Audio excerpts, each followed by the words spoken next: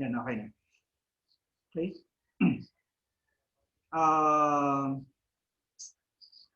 Okay, so I hope you get this one. Ano, hinati lang naman natin yung work.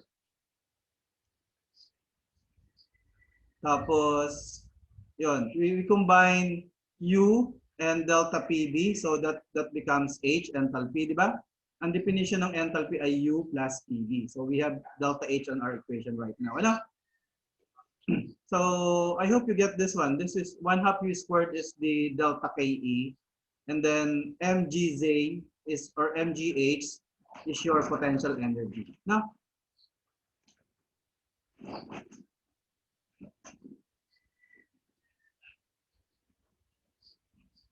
okay, so this is currently our equation. Okay, so next, tinranspose lang natin itong term na to sa kabilang side. This one, tinranspose dito sa kabilang side. Tapos sabi dito, if kinetic energy change and potential energy change are negligible, so halimbawa wala itong dalawa, potential at saka kinetic energy change, this is the simplified equation. Ano? Usually kasi maliit lang yung value ng potential at saka kinetic energy. So pwedeng gamitin ito, halimbawa nagmamadali kayo mag-calculate. Pang-estimate.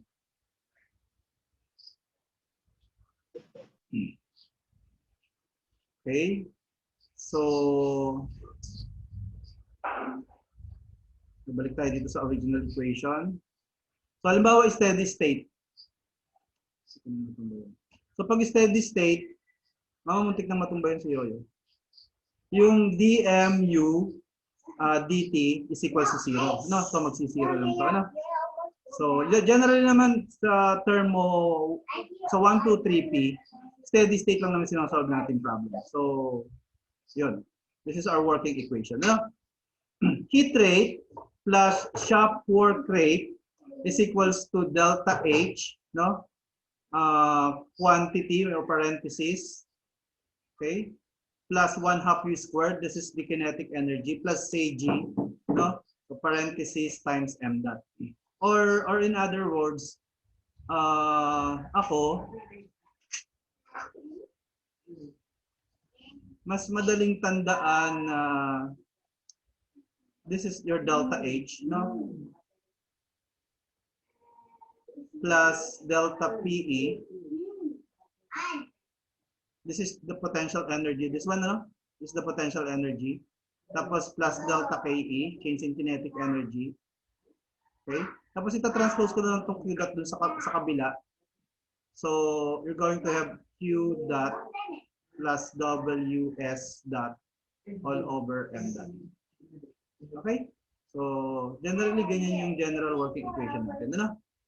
Pero kayo kung mas preferred yung i-memorize to isa-isa, ako kasi ginagawa ko na lang, pag merong potential energy, tsaka ako na lang substitute yung yung Z o kaya yung GH. Pag merong kinetic energy, tsaka ako na lang sinasubstitute yung 1/2 mv squared or 1/2 u squared. Okay? So makikita nyo naman mamaya pag nag-solve tayo. 24 hours. The 24 hours don't work. Where did he go?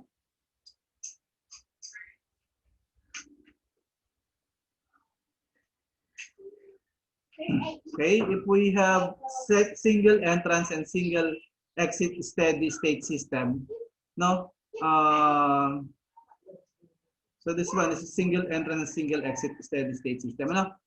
Pag karamihan naman sa sa industry, yung isang tangke, isa lang yung pumapasok doon, isang stream lang yung pumapasok, tapos isa rin lang yung lumalabas, no?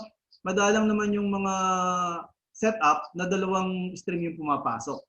So that's why we have single entrance and single exit steady state system. So ganito na lang equation niya, no? Actually kamukha pa rin naman ito nung kanina, ano?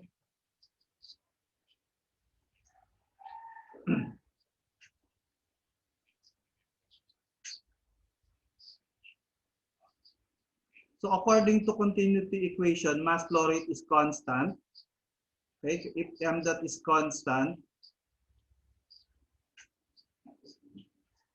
pwede nyo nang tanggalin yung flow stream dito. Ano? Di ba may quantity pa siyang flow stream? So ito na, mas na-simplified pa siya. Ano? So with this,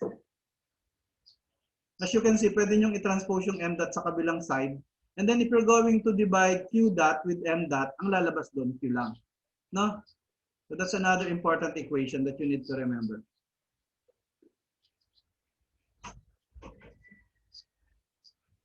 Itong equation na to, ano? I hope you will remember this. Q dot is equals to m dot times q. So, ang proof nito or ang derivation nito, ano lang,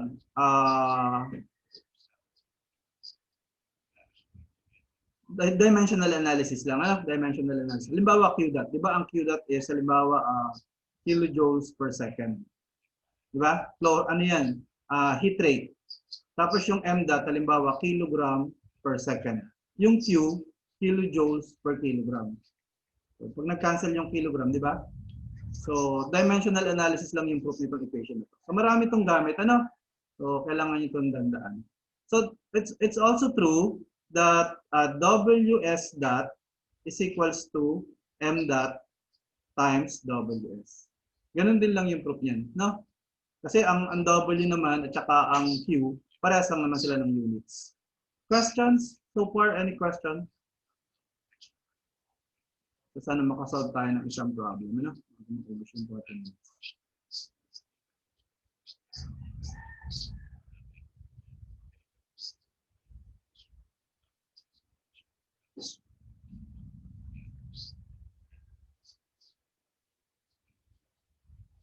Okay.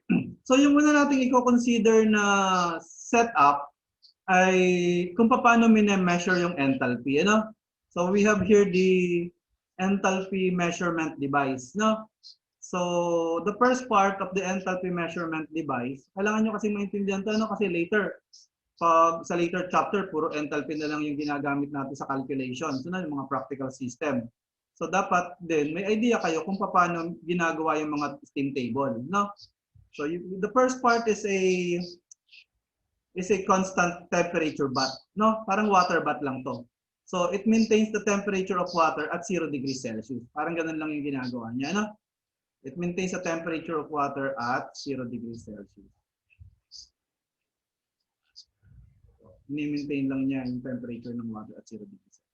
So paglabas dito sa section 1, ang water nyo is liquid at 0 degrees Celsius, no?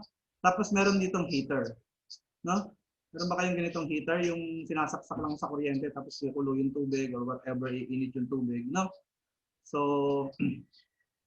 tapos meron kayo ditong ano, parang bawa watt meter, no? Mine-measure niya kung gaano karami yung heat or yung kuryenteng na consume nung heater. Okay? Meron kayo ditong meter, kilowatt meter. Di ba meron nang nabibili ngayon sa Lazada, ano?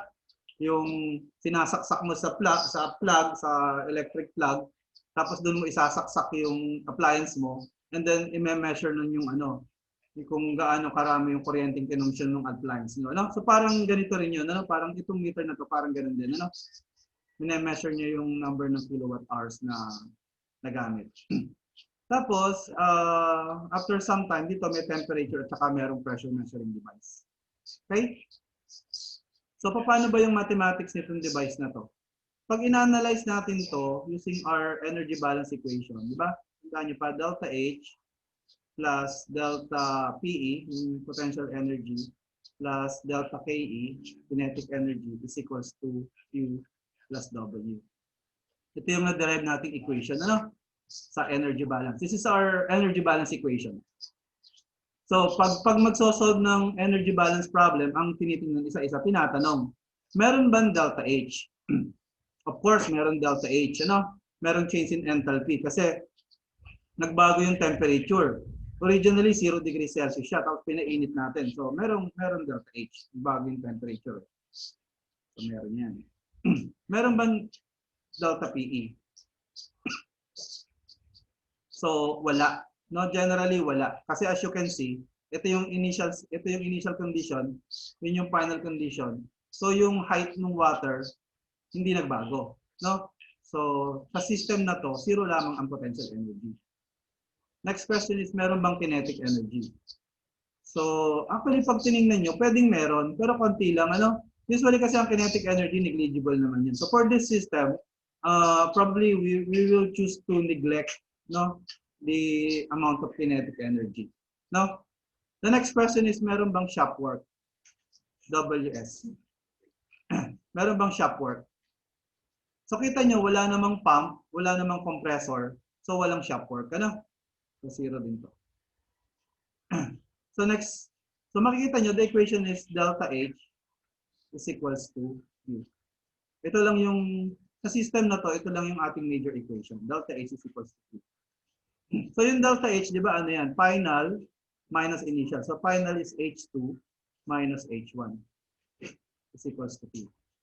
So ganun lang yun. Ano? So sabi dito, if we assign H is equals to 0 for liquid water at 0 degrees Celsius. Halimbawa, given na yung H1 ay equal to 0, no? Kasi reference lang naman to, di ba? So halimbawa, ginawa natin to, inassign natin yung 0 dito sa H1. So as you can see, dito sa system na to, whatever Q is measured by your meter will be equal to the enthalpy at this particular temperature and pressure. So ganun lang nagwo-work yung enthalpy measurement device. Okay? Do you have any question? Na-imagine nyo ba yung discussion ko dito? Kung anong ma-measure nung watt meter nyo, no? Halimbawa, na-measure niya 2 kilowatts. So, yun yung magiging enthalpy, no? Yun yung magiging enthalpy nung water at this temperature and pressure. Okay?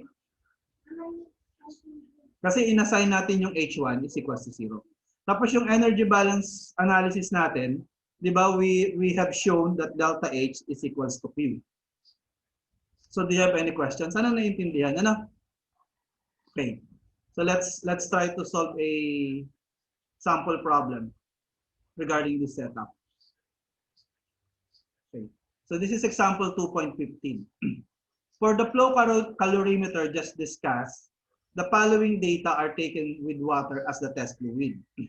So the flow rate of water is 4.15 grams per second. T1 is 0 degrees Celsius. T2 is 300 degrees Celsius. P2 is equals to 3 bar. Okay. So rate of heat addition from resistance heater is 12,740 watts.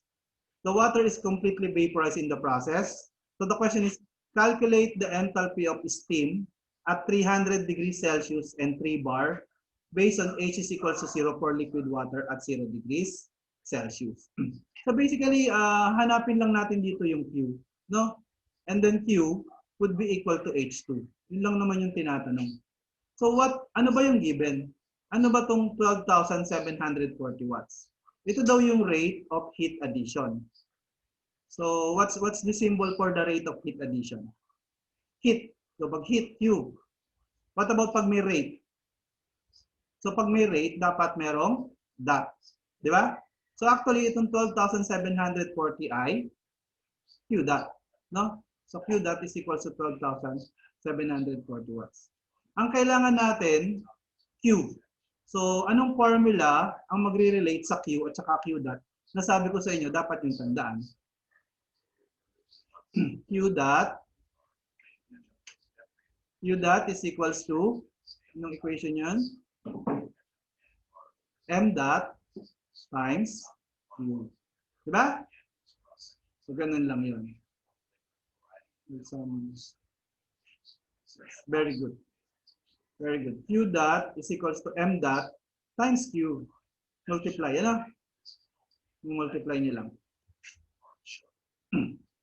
Multiply. Kasi di ba, tandaan nyo pa, ang Q dot, halimbawa, kilojoules per second. Ito yung kilowatts, ano, or watts. Ang M dot, kilogram per second. Ang Q, kilojoules per kilogram. Kaya, product siya, ano? M dot times Q is equals to Q dot. Okay? So yun, substitute nyo lang. Di ba, 12,740 is Q dot. So this is 12,740 watts. Tapos, M dot natin is itong ito, 4.15 grams per second. Tapos, times Q. No? So, ganun lang yan. So, you can using your calculator, you can calculate that Q 12,740 divided by 4.15 is equals to 3,070, di ba? Anong unit ng 3,070 ng Q natin? ang watt ay joules per second. Tapos yung 4.15 grams per second. So anong unit nitong 3,070? Pag nag-cancel yung second. See? Yes, very good. Joules per gram. Ano? Joules per gram.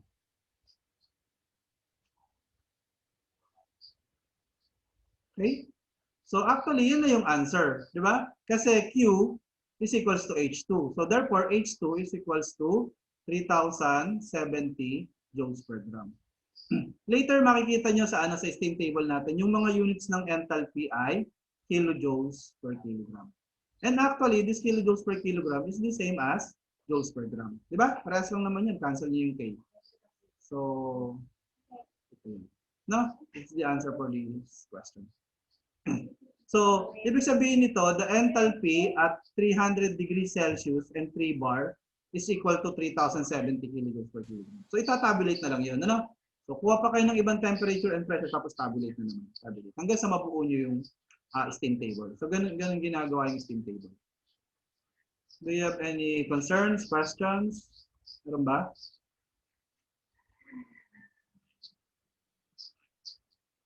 Yes, tama. Okay? So, ganun lang yun. Ano?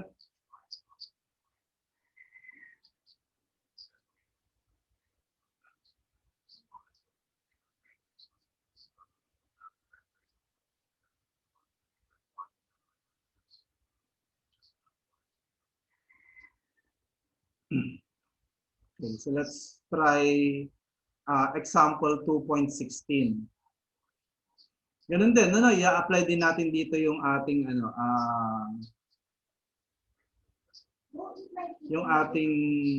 energy balance equation, no? Air at 1 bar and 25 degrees Celsius enters a compressor at low velocity. So pag may mga ganyan low velocity, ibig sabihin yan, velocity is equals to 0, no?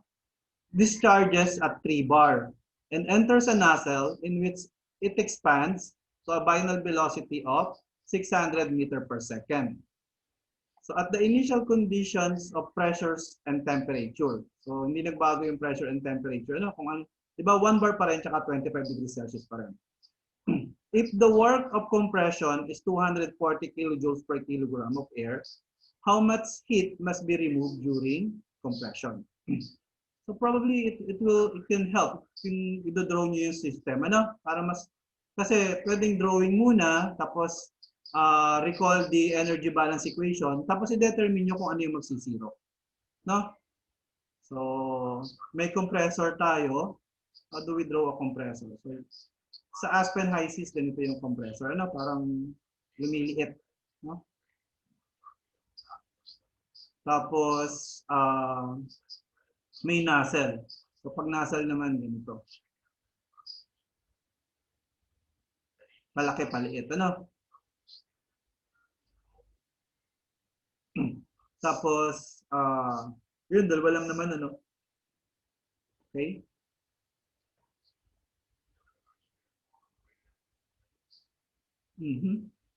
So, pwede nating dagdagan ng ng cooling ng heat exchanger, ano? Kasi pinapalamig siya. Ganyan yung heat exchanger. This is a cooler. This is a cooler, ano? So, pagpasok dito, this is 1 bar tapos 25 degrees Celsius, ano? Paglabas, ganun pa rin yung temperature and pressure niya. Ano pa? Paglabas ng compressor dito, 3 bar. Diba? Tapos, kasi ito, ang nozzle kasi ang function niyan, pinapabilis niya yung velocity. No? Diba yung pag nagka-carwash kayo sa bahay, may kinakabit kayo dun sa hose, sa nozzle yun. No? Diba lumalakas yun? Parang lumalakas, parang bumibilis yung takbo ng tubig. So, ganun yun. No? So, paglabas ng nozzle, ang velocity niya ay 600. meter per second. If the compression work is 240 kilojoules per kilogram of air, ito, 240 kilojoules per kilogram of air.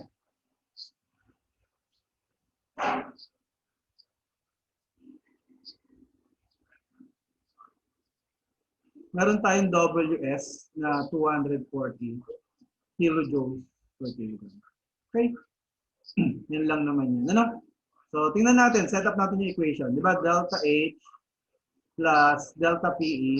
Ito laging gagamitin yung equation. Plus delta KE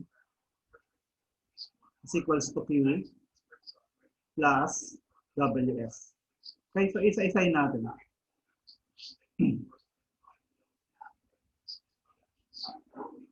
Okay, delta H. May delta H ba tayo? Tingnan nyo yung initial at saka yung final. Kasi di ba ang enthalpy ay energy of pressure at saka energy of temperature. So pag parehas lang ang temperature at saka pressure nung lumalabas na pumapasok, automatically, ang delta H ay 0. No?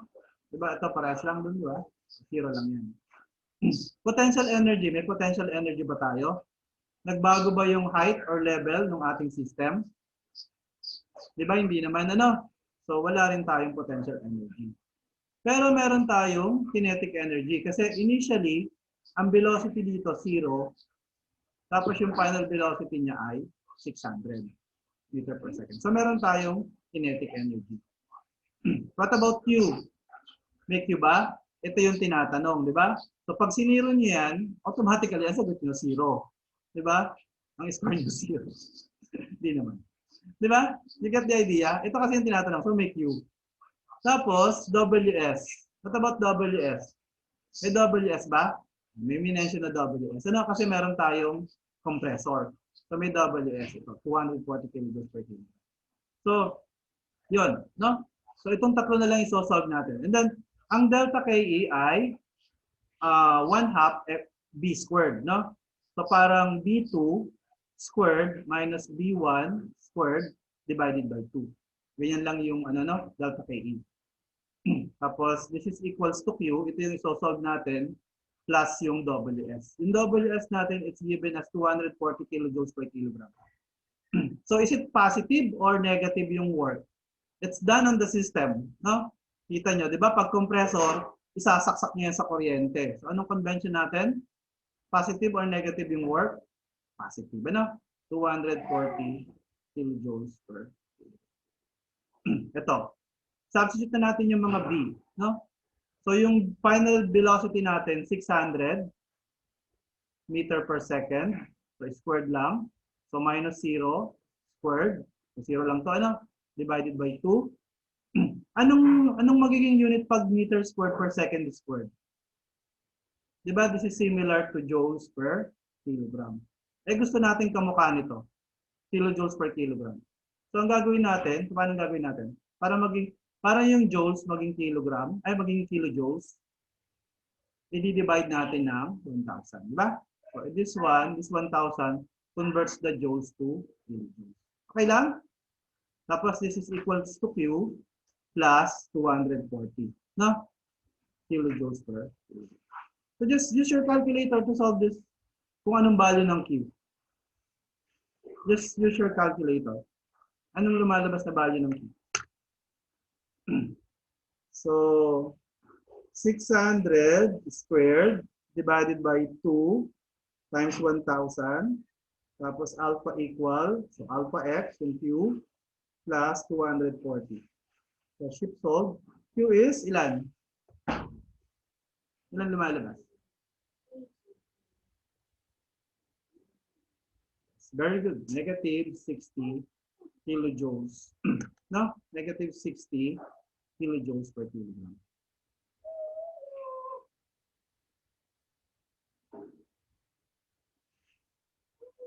Okay lang ba?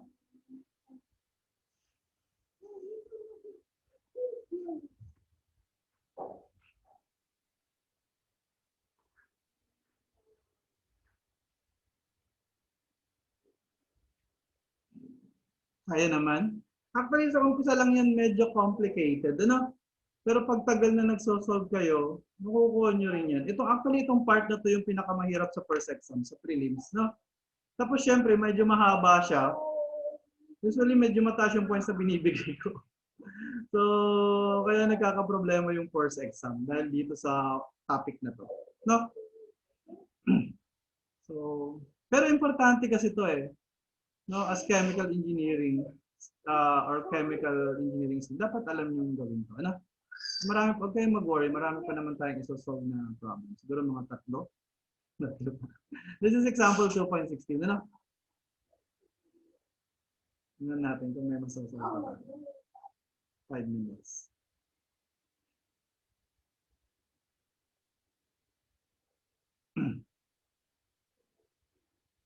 Ngayon, ito ano, so for English system, di ba kanina nakita nyo, nag-B squared tayo. Tapos dinivide lang natin ng 2. Tapos basically dinivide lang natin ng 1,000 para maging kilojoules per kilogram. Ano? So pag English, kasi pag English, yung GC niya hindi equal sa 1. You still remember? Yung GC niya is equal to 32.174. So pag merong kinetic energy at saka may potential energy, tapos English yung mga units natin, i-divide niyo yung terms ng 32.174. No? Para ma-convert siya sa height. Okay? So ganun yung ano, no? We'll try some problem na may ganito yung ginagawa. Tingnan natin yung kaya. Parang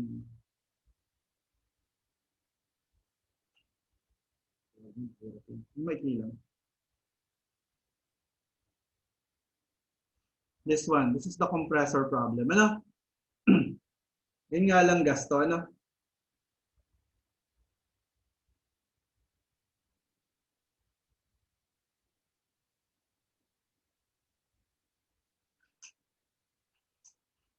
Okay. So,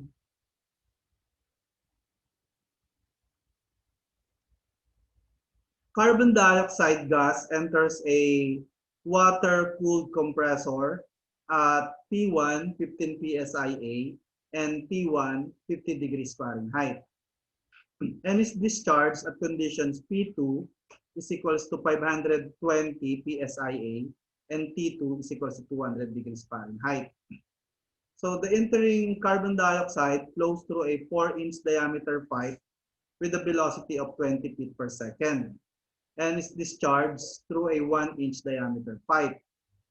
The shock work supply to the compressor is 5,360 BTU. This is 5,360 BTU per pound mole. Ha? Okay, bakit dagdag may typo error kasi itong problem. So the question is, what is the heat transfer rate from the compressor in BTU per hour? Tapos meron kayo kasi gas to eh, carbon dioxide gas. So merong given na enthalpies. So ito yung enthalpy sa condition 1, sa pressure 1 at saka temperature 1, ano? Tapos meron ding given na enthalpy sa condition 2. So, sa pressure 2 at saka temperature 2. Tapos this is ano, as you can see, 9.25 cubic feet per pound mass. This is a specific volume, no? So kasi pag gases, gagamitin natin yung equation na velocity 1 times A1 divided by B1 is equals to velocity 2 A2 divided by B2. Hindi kasi given yung final velocity, kamukha ng last problem. So isosolve muna natin yung final velocity before natin ma-solve yung energy balance equation. So I have only 1 minute and 51 seconds. Probably hindi ko matatapos to. Ano? So tutuloy na lang natin sa Friday. Ano? Sa Monday na lang tayo mag-exam. So basically, ganito lang naman yun. I hope, ito yung general, general energy balance equation. Ano? Okay. So isa-isahin nyo lang to kung alin ba yung magsisiro. No? So obviously, delta H hindi siya magsisiro kasi ito yung H2 at saka H1. So you can easily solve delta H. Ano? Yung kinetic energy naman, hindi rin siya magsisiro. Kasi lumiit yung pipe, 4 inch tapos naging 1 inch na lang. No? Ito yung initial velocity, 20 feet per second. Tapos sabi ko nga, gagamitin nyo itong equation na to to solve for the final velocity. So masosolve nyo rin itong kinetic energy. So usually, ang compressor ay level lang. So yun, may magsisiro din naman tayong isa. Ano? 0. Yung Q, yun yung tinatanong. So hindi rin yan magsisiro. So susolve din natin yan. Tapos, siyempre, compressor yan, may WS. So ang WS niya, ito, 5,360 BTU per pound mole. So i-convert nyo lang sa per pound mass. So ganun lang yun. Ano? So isosolve nyo rin lang yung Q. Okay? So malapit na itong mag-disconnect. So next meeting tutuloy natin. No guys, so bye-bye na. Sana mahabol ko pa.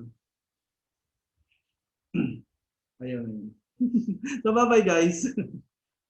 Hindi ko na mabago yung ano. Tutuloy na lang natin next meeting. Okay.